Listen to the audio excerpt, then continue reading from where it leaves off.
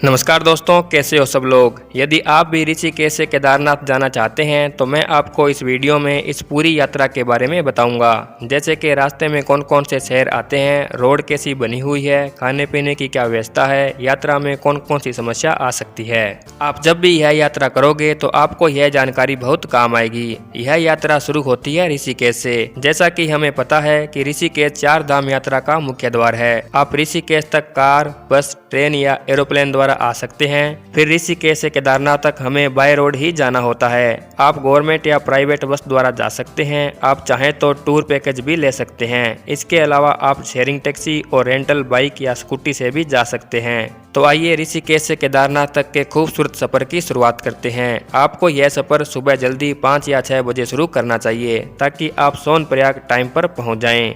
ऋषिकेश से बहुत ही अच्छा हाईवे बना हुआ है जिससे आपको ज़्यादा परेशानी नहीं होगी। आप 70 किलोमीटर की दूरी तय करके देवप्रयाग पहुंचोगे, जहां आपको भागीरथी व अलकनंदा नदी का खूबसूरत संगम देखने को मिलेगा। यहां से हम पुल पार करके अलकनंदा नदी के किनारे किनारे अपनी यात्रा शुरू करेंगे। देवप्रयाग के बाद आपको बहुत ही अच्छी सड़क मिलेगी जिससे आप अपनी गाड़ी को अच्छे से ड्राइव कर सकते हैं। देवप्रयाग से 30 किलोमीटर की दूरी तय करने के बाद आप पहुँचोगे श्रीनगर। श्रीनगर पहुँचने पर आपको बहुत सारे होटल मिलेंगे। आप यहाँ आराम से खाना वाना खाकर कुछ देर आराम कर सकते हैं। यहाँ आपको पेट्रोल पंप की भी सुविधा मिलेगी। आप यहाँ अपनी जरूरत का अन्य सामान भी ले सकते हैं। यहाँ से आगे का रास्ता और भी अच्छा होगा। वैसे एक अच्छा मुसाफिर वही होता है जो मंजिल के साथ साथ रास्तों को भी एंजॉय करे और अपने हर पल को खुशी से जिए। तो हम श्रीनगर से रास्ते को एंजॉय करते हुए आगे की तरफ बढ़ेंगे। यहाँ से 10 किलोमीटर चलने के बाद आपको माता धारी देवी का पवित्र मंदिर देखने को मिलेगा, जो कि अलकनंदा नदी के बिल्कुल बीच में बना हुआ है। यहाँ आप कुछ देर रुककर माता रानी के दर्शन कर सकते हैं। यहाँ से कुछ दूरी के बाद आपको रास्ता थोड़ा सा खराब मिलेगा। वैसे यहाँ एक पुल भी बनाया जा रहा है जिसके बनने के बाद यह रास्ता और भी अच्छा हो जाएगा। श्रीनगर से 30 किलोमीटर दूरी तय करने के बाद आप पहुँचोगे रुद्रप्रयाग। श्रीनगर से रुद्रप्रयाग के बीच आपको कहीं कहीं खराब सड़क मिलेगी। रुद्रप्रयाग से पहले ही बाईपास बना हुआ है। आप सिटी में जाए बिना ही अपना सफर जारी रख सकते हैं। बाईपास से ऊपर वाला रास्ता रुद्रप्रयाग की तरफ जाता है और नीचे वाला रास्ता केदारनाथ की तरफ जाता है। आप नीचे वाले रास्ते से पुल क्रॉस करके केदारनाथ की तरफ बढ़ोगे। यहाँ से तिलवाड़ा 9 किलोमीटर व गुप्तकाशी 46 किलोमीटर पड़ता है। वैसे रास्ते में बहुत जगहों पर सड़क निर्माण कार्य चल रहा है, जिसके पूरा होने पर आने वाले दिनों में हमें बहुत ही अच्छी रोड देखने को मिलेगी और हमारा यह सफर और भी आसान हो जाएगा। यह दूरी और भी कम हो जाए, इसके लिए बहुत सारी सुरंगें भी बनाई जा रही है। आपको यह सफर लंबे समय तक याद रहेगा।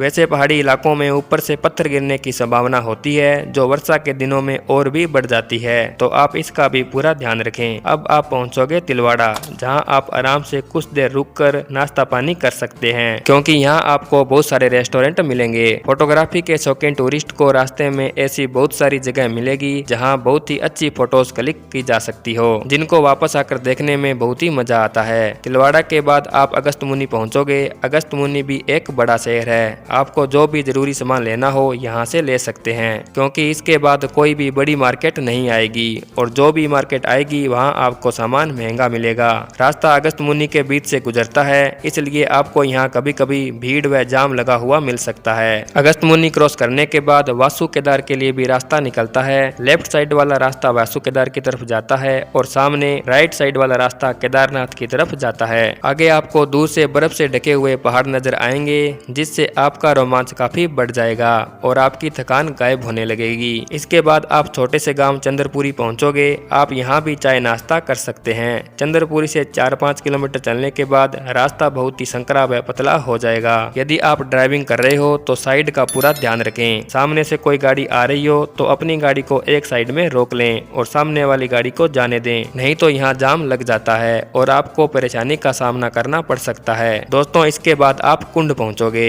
यहाँ भी जाम लगने का चांस रहता है। कुंड से आगे 2 रास्ते निकलते हैं, जिनमें से लेफ्ट साइड वाला रास्ता केदारनाथ की तरफ जाता है। आप लेफ्ट वाले रास्ते से पुल पार करके आगे की तरफ बढ़ोगे। यहाँ से गुप्तकाशी 6 किलोमीटर व केदारनाथ 57 किलोमीटर पड़ता है। आगे का रास्ता वन वे है, इसलिए आपको ड्राइविंग का पूरा ध्यान रखना होगा, क्योंकि यहाँ भी जाम लग सकता है। आगे 40 से 50 किलोमीटर तक हमें ऐसा ही रास्ता मिलेगा। वर्षा के समय इस रास्ते के हालात और भी खराब हो जाते हैं। यहाँ आपको थोड़ा मुश्किलों का सामना करना पड़ सकता है, लेकिन एक अच्छा टूरिस्ट वही होता है जो रास्ते की सभी मुश्किलों को पार करके अपनी मंजिल को प्राप्त प्राप्त करता है, तो आप इन मुश्किल रास्तों को भी एंजॉय करें। अब आप पहुंचोगे गुप्त काशी। इसके भी रास्ते बहुत पतले हैं। गुप्त काशी से आप हेलीकॉप्टर द्वारा भी केदारनाथ जा सकते हैं। यहाँ आपको बहुत सारे होटल व होम स्टे मिल जाएंगे। होटल के रेट लगभग 1000 से शुरू होते हैं। आप यहाँ रुकना चाहें तो रुक सकते हैं। आपको यहाँ खाना पीना भी सभी प्रकार का मिल जाएगा। यहाँ से 14 किलोमीटर आगे चलकर आप फाटा गांव पहुँचोगे। यहाँ भी आपको हेलीकॉप्टर का ऑप्शन मिलेगा। आप फाटा गांव से भी हेलीकॉप्टर द्वारा केदारनाथ जा सकते हैं। फाटा से केदारनाथ 35 किलोमीटर दूर है। फाटा से आगे का रास्ता भी पतला है, लेकिन गाड़ियाँ आराम से क्रॉस हो जाती है। आपको ज्यादा परेशानी नहीं होगी। इसके बाद आप सीतापुर पहुँचोगे। सीतापुर में भी आपको पार्किंग की सुविधा मिल जाएगी। आप चाहें तो सीतापुर में अपनी गाड़ी पार्क कर सकते हैं। केदारनाथ का बस स्टैंड सीतापुर में ही स्थित है। यदि आप बस द्वारा आ रहे हैं तो आपको सीतापुर में ही उतरना होगा। यहाँ से सोनप्रयाग 1 किलोमीटर दूर है, जहाँ तक आप पैदल भी जा सकते हैं। यदि आप अपनी गाड़ी द्वारा आ रहे हैं तो आप सीधे सोनप्रयाग तक जा सकते हैं। सोनप्रयाग में भी आपको पार्किंग की सुविधा मिलेगी। आप सीतापुर या सोनप्रयाग कहीं भी अपनी गाड़ी पार्क कर सकते हैं। सोनप्रयाग से ही हमारी यात्रा शुरू होती है। यहाँ आपको रजिस्ट्रेशन काउंटर मिलेगा। काउंटर से आप अपने रजिस्ट्रेशन को स्कैन करवा सकते हैं। सोनप्रयाग से 6 किलोमीटर आगे आता है गौरीकुंड, जहाँ तक आप लोकल जीप या बोलेरो द्वारा 50 रुपए में जा सकते हैं।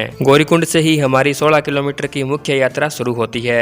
आप चाहें तो यह यात्रा पैदल तय कर सकते हैं, नहीं तो आप घोड़े, खच्चर व पालकी द्वारा भी यह यात्रा तय कर सकते हैं। यदि आप कार द्वारा ऋषिकेश से सोनप्रयाग आते हैं तो आपको 5 से 6 घंटे का समय लगेगा। यदि आप बस द्वारा आ रहे हैं तो आपको 7 से 9 घंटे का समय लग सकता है। तो दोस्तों, आपको ऋषिकेश से केदारनाथ जाने वाले रास्ते की पूरी जानकारी मिल चुकी है। इस वीडियो में इतना ही। मिलेंगे नई वीडियो में नए दर्शनीय स्थल के साथ।